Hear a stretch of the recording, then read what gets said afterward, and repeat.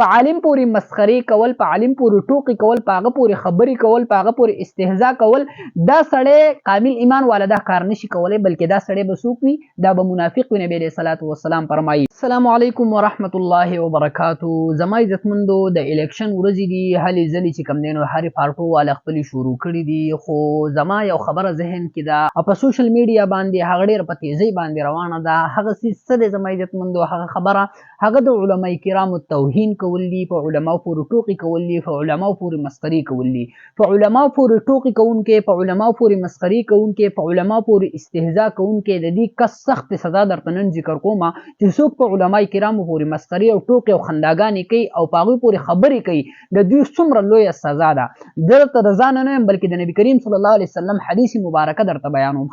نبی علیه الصلاة والسلام فرمایي چې 3 کسان داسې دي چې د هغوی پورې ټوکې کول، د هغې پورې مسخري کول، په هغو پورې استهزاء کول، دا هېڅوک نشي کولی، دا کامل ایمان والا نشي کولی مګر هغه کس به یې کوي چې هغه منافق وي.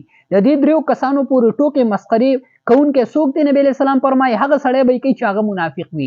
په هغې کې اولنی سړی څه دی؟ نبی علیه الصلاة والسلام فرمایي ذو الشیب فی الاسلام، هغه سړی چې په حالت د اسلام کې وي او د سپینګیری شي او ته په د پورې ټوکې کوي، نو نبی علیه السلام فرمایي چې دا سړی به منافق سړی دا کار کولی شي، کامل ایمان والی نشي کولی. دویم کس نبی علیه السلام څه ذکر کړی دی؟ وذو العلم، عالم، په عالم پورې مسخري کول، په عالم پورې ټوکې کول، په هغه پورې خبرې کول، په هغه پورې استهزاء کول، دا سړی کامل ایمان والا دا کار نشي کولی، بلکې دا سړی به څوک وي؟ دا به منافق وي. نبی علیه الصلاة والسلام فرمایي. دریم کس څوک دی زما عزتمندو چې په هغه پورې څوک مسخري کوي، هغه به څوک وي؟ هغه به منافق وي. نبی علیه السلام وایي و امام مقسط، امام مقسط هغه سړی چې هغه عادل بادشاه وي او ته په هغه پورې مسخري کوي، نو دا سړی چې کوم دی که نه دا کامل ایمان والا نشي کیدی، بلکې دا منافق دی. نبی علیه الصلاة والسلام فرمایي. نو په علماء کرامو پورې مسخري ټوکې مه کوئ زما عزتمندو. زه تاسو ته یو عاجزانه درخواست کوم، سیاست لرې که د مین نه، خو په طور د عالم چې دله الله رب العالمین علم ورکړی دی، که هغه هر څوک دی، که هغه سیاست کوي او که نه کوي، که هغه هر څوک دی، ده ته په سپک نظر باندې مه ګورئ، د ده پورې استهزاء مه کوئ، په ده پورې ټوکې مسخري مه کوئ زما عزتمنو. قسم په الله چې د هلاکت ذریعه به وي، ځکه چې دغه علما کرام چې کوم دي، دا موږ چې په چا پورې نښتي یو، چا ته خبرې کوو، د دې څه پته لګي چې دا د الله رب العالمین ولي وي، د الله رب العالمین دوست وي په صحیح معنو کې، او ته پورې مسخري کوې. نو ګورې ستا دپاره حدیث قدسي د نبی علیه الصلاة والسلام هغه موږ ته بیان کړی دی. الله رب العالمین فرمای من عاد علی ولیا فقد اذنته بالحرب، چا چې زما د ولی سره دشمنی اختیار کړه، دشمنی ور سره کوي، د ده ته زما اعلان جنگ دی، د ده سره زه څه کوم؟ د ده لپاره به زه اعلان جنگ کوم. او چې الله رب العالمین سره زه ګورې بیا څوک جنگ نشي کولی زما عزتمندو، د خپل ایمان حفاظت وکړي.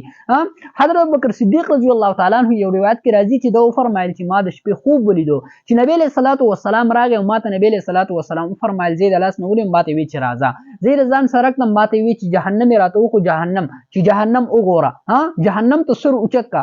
حضرت ابوبکر صدیق فرمایي چې ما کله سر اوچت کو، نو په هغې کې ما څه خلک ولیدل چې هغوی سرونه چې کوم دي هغه د خنزیر دي او په لوی سخت عذاب کې مبتلا دي، او د جهنمیانو وینې او زوی او د هغوی هغه کمې وینې چې د هغو نه تویېږي هغه په دوی باندې څکولی کېږي او په لوی سخت عذاب کې مبتلا دي. حضرت ابوبکر صدیق فرمایي چې ما په خوب کې د نبی علیه الصلاة والسلام نه تپوس وکړو د الله رسوله دا څوک دي؟ نو نبی علیه الصلاة والسلام فرمایل چې دا هغه خلک چې دوی به علماو ته تکلیف ورکو، علماو ته به تکلیف ورکو، په هغو پورې به مسخرې ټوکې او استهزاء کوله او بغیر د توبې نه چې کوم دی هغه وفات شوي دي. الله رب العالمین د هغې په ګناه کې را ګرفتار کړي دي او دوی له په هغې باندې عذاب ورکوي. نو علماو ته سپک مه ګورئ، دا علما ګورئ زمونږ د نبي کریم صلی الله علیه وسلم وارثان دي. العلماء ورثة الانبیاء، د نبی علیه الصلاة والسلام وارثین دي. په دې کې نبی علیه الصلاة والسلام استثنا نه ده کړې چې کم دي او کم نه دي. نو علما کرامو قدر وکړي. اختلافات په خپل ځای باندې اختلاف لره، لیکن په هغو پورې چېرته مسخره درنه ونشي، ټوکې درنه ونشي، او دومره سخت وعیدات راغلي دي چې زه تاسو ته اوس په دې ویډیو کې بیانوم، نو ویډیو به ډېره زیاته اوږده شي. خو د علماو قدر وکړئ، خپل سیاست په خپل ځای باندې کوئ، هر چا له چوټ ورکوئ، خو په سوشل میډیا باندې دغه شانتې په حقیقي معنو کې د علماء کرامو قدر وکړئ، د علماء کرامو عزت وکړئ، هغو ته په سپک نظر باندې مه ګورئ. السلام علیکم ورحمة الله وبرکاته.